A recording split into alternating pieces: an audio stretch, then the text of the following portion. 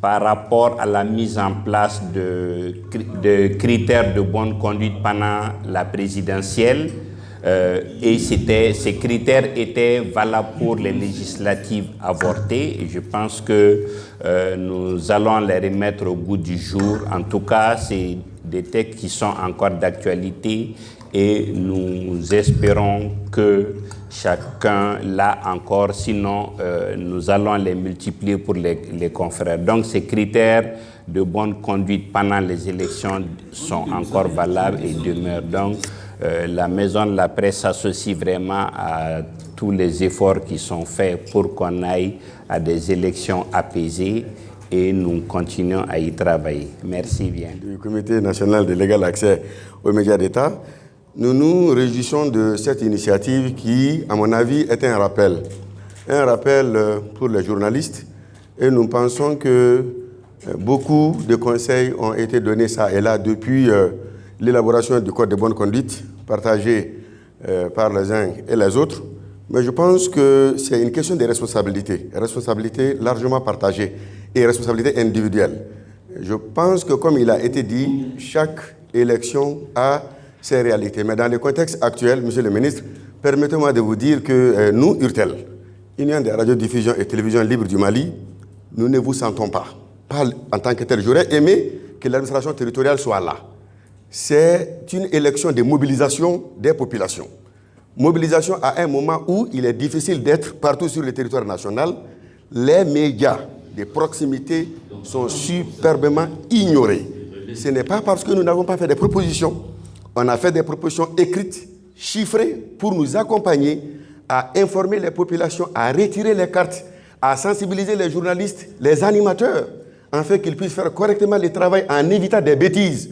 Malheureusement, on ne sent pas quelque chose. Certainement que cette rencontre va être l'occasion pour nous de faire les plaidoyers, les lobbying, et que la communication entre en contact avec l'administration et l'ensemble des organisateurs du processus électoral pour qu'il y ait vraiment de bonnes élections de façon indépendante en matière de mobilisation. Sinon, je pense que les thèmes sont bien choisis. On est là pour la régulation, on est là pour la responsabilité, mais nous sommes des médias de proximité. Vous le savez mieux que moi en tant qu'ancien président de l'URTEL.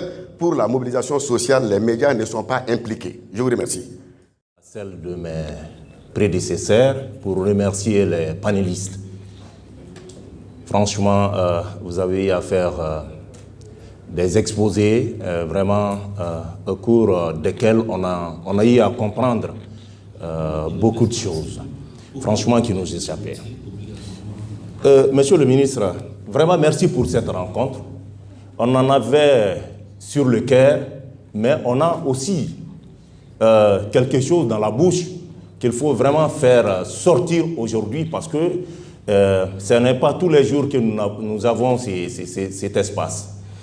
Depuis l'avènement de la démocratie jusqu'à ces jours, les fêtières, les principales fêtières de la presse, notamment l'URTEL et l'ACEP, ont tout le temps eu l'accompagnement de l'administration territoriale pour quand même gérer un certain nombre de problèmes au sein de nos rédactions.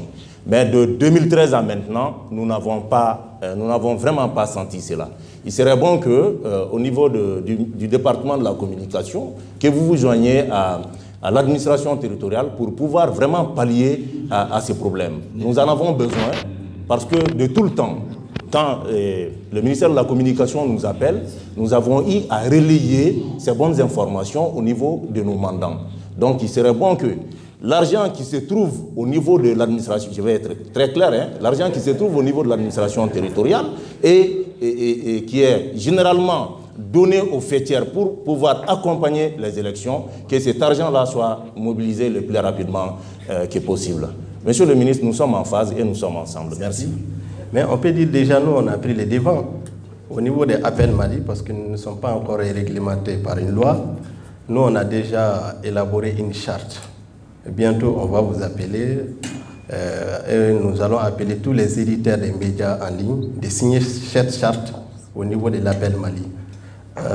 Par ailleurs, je voudrais signaler à M. le ministre, nous, au niveau de la presse en ligne, les internets ne connaissent pas la frontière. il y a des sites qui nous échappent. Il y a des sites qui sont ailleurs, mais qui traitent l'information du Mali. Je ne sais pas comment les centres de monitoring vont travailler dans ce sens. Merci beaucoup. Merci. Monsieur le ministre, merci d'avoir donné la parole à la communauté des blogueurs du Mali. Comme l'a dit mon coro, comment on appelle, Djombele, moi je n'ai pas de revendication, ou du moins ce n'est pas le lieu d'étaler les revendications. Nous, par rapport à ces élections, on a déjà pris le devant, parce que vous savez, nous utilisons beaucoup les réseaux sociaux pour communiquer. Et c'est le nid des fausses informations. Déjà, dans le cadre de ces élections, nous venons d'ouvrir ce matin une formation sur le fact-checking, comment atténuer l'effet des fausses informations pendant cette campagne. Et jeudi encore, nous ouvrons la deuxième phase de la formation sur l'observation, la e-observation. Comment est-ce que les blogueurs pourront vérifier certaines informations qui circulent sur les réseaux sociaux et donner la bonne information. Et dans ce cadre, on a envoyé une correspondance au ministère de l'Administration territoriale, la CENI, pour qu'on ait des représentants au niveau d'une cellule technique que nous allons mettre en place le 29 pour pouvoir checker toutes les informations qui vont circuler sur les réseaux sociaux et donner la bonne information. Et pour se particulariser des autres qui ne sont pas blogueurs mais qui utilisent les réseaux sociaux, on a trouvé un hashtag propre à nous et on a une technique pour identifier, taguer nos photos pour que ces photos ne soient pas utilisées à d'autres fins. Donc voici ce que nous prévoyons pour ces élections, pour apporter notre contribution à une élection apaisée et crédible. Maintenant, quant aux revendications, je pense qu'à une autre occasion, on va les étaler. Merci. Des programmes ensemble, des projets ensemble pour cette élection. La première des choses, d'abord, c'est de sensibiliser sur l'importance du vote et ensuite inciter les électeurs à aller au vote, au scrutin. Ensuite, de donner aussi des messages d'apaisement pour ne pas qu'il y ait d'amalgame et de violence après les élections. Et ensuite aussi donner des informations utiles aux élections, c'est-à-dire orienter les électeurs à aller retirer les cartes d'électeurs, comment faire les bons choix et ensuite de ne pas se donner, c'est-à-dire sur les réseaux sociaux pour critiquer l'autre candidat ou déchirer même les affiches de l'autre candidat. Donc nous avons déjà des projets communs ensemble avec la communauté des blogueurs et les blogueurs seront étalés sur toute l'étendue du territoire national, de Bamako jusqu'à Kaï. Et nous avons déjà des radios dans toutes les régions capitales, dans toutes les capitales régionales. Nous avons déjà sélectionné des radios qui vont diffuser ces messages-là. Et nous serons toujours sur les réseaux sociaux pour diffuser ces messages, pour ne pas que d'autres messages viennent. C'est-à-dire, comme il a dit, des fausses informations, des intox, pour dire que, par exemple, l'autre jour, quand on a appris qu'en commune D, il y a eu des candidats, c'est-à-dire des militants des différents candidats qui se sont... il y a eu des accrochements entre les différents militants. Donc, du coup, on a vu que c'était une fausse information. C'était déjà des vidéos depuis très longtemps, il y a après 6 mois ou 7 mois. Donc, nous, les blogueurs, on était là pour donner la bonne information pour les gens. Attention, c'était déjà une fausse information. Donc, on est là. Nous allons tout faire pour que ça puisse se passer très bien. Et quand même, on est là. On ne va pas soutenir un candidat ou on va soutenir tel côté, mais de donner la bonne information, c'est ce qui se passe. Merci. Bon, il y a sur l'intervention de Son Excellence Drabo, quand il a parlé de la revue de la presse, je voulais d'abord une question. À quoi ils s'attendent pour les élections futures, les législatives là. Mais une autre remarque, quand il dit que pendant la revue de la presse, il y a le commentaire.